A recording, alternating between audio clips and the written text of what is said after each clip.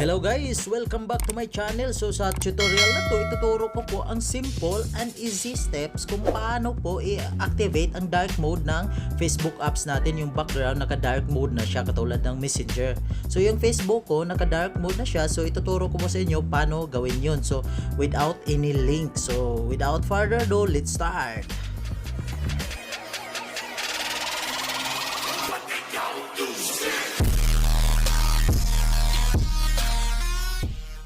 So yun nga guys, ituturo ko po sa inyo paano i-activate yung dark mode sa Facebook apps natin katulad ng Messenger natin.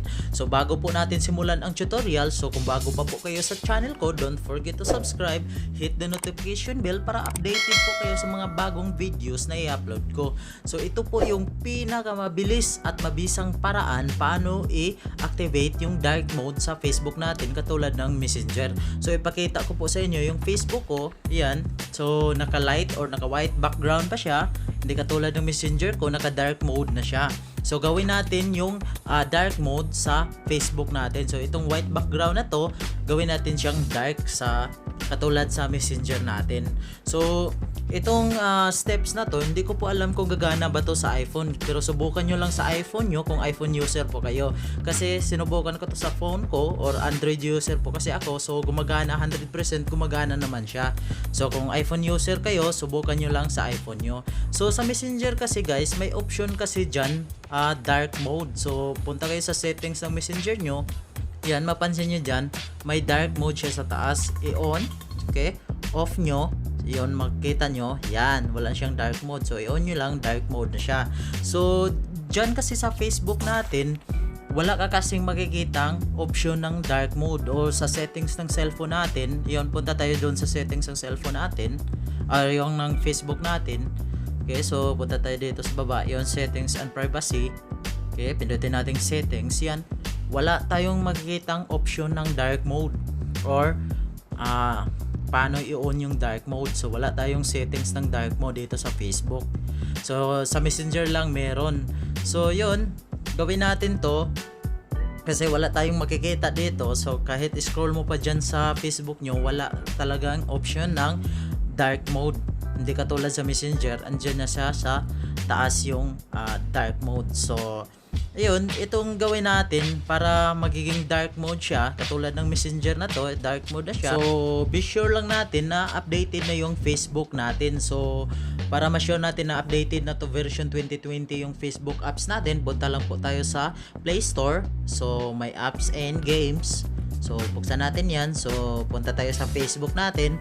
Yon, so click mo yung Facebook. Kung update pa nakalagay dyan, so i-update nyo muna yung Facebook natin para gagana yung dark mode. So kung hindi pa po kayo naka-update ng Facebook nyo, update nyo muna bago natin simulan yung pag-dark mode ng Facebook natin. So version 2020 na Facebook. So pagkatapos yung i-update yung Facebook ninyo, so punta lang po tayo sa settings natin, sa settings ng phone natin pag na-upload natin. So pakita ko ulit, yung Facebook ko naka-white pa siya habang yung Messenger naka-dark na.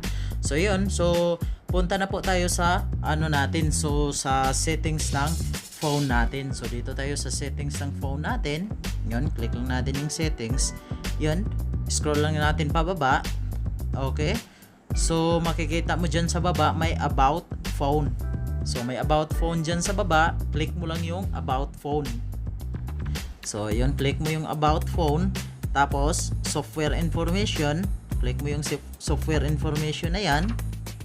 Okay, so yun, so punta tayo dito sa build number.